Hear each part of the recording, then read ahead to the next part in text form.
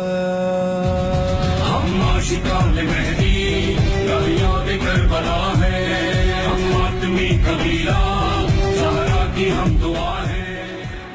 ہر برس کی طرح اس سال بھی 6 اگست کو اسلام آباد میں ایک عظیم الشان جلسہ منعقد ہونے جا رہا ہے NWM پاکستان کی طرف سے۔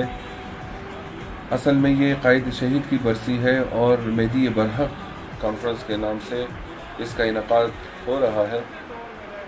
ہر سال یہ برسی منائی جاتی ہے، ہم قائد کی روح کے ساتھ ایفاء عہد کرتے ہیں۔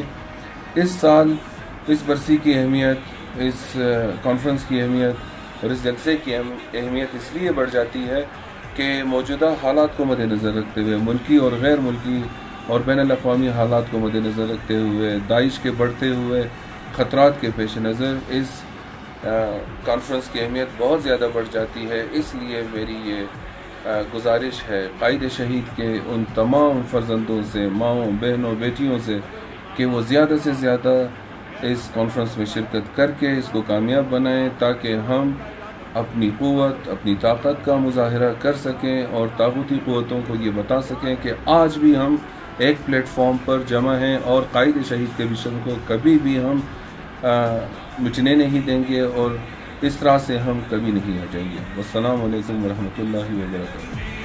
ہم حسینی ہیں۔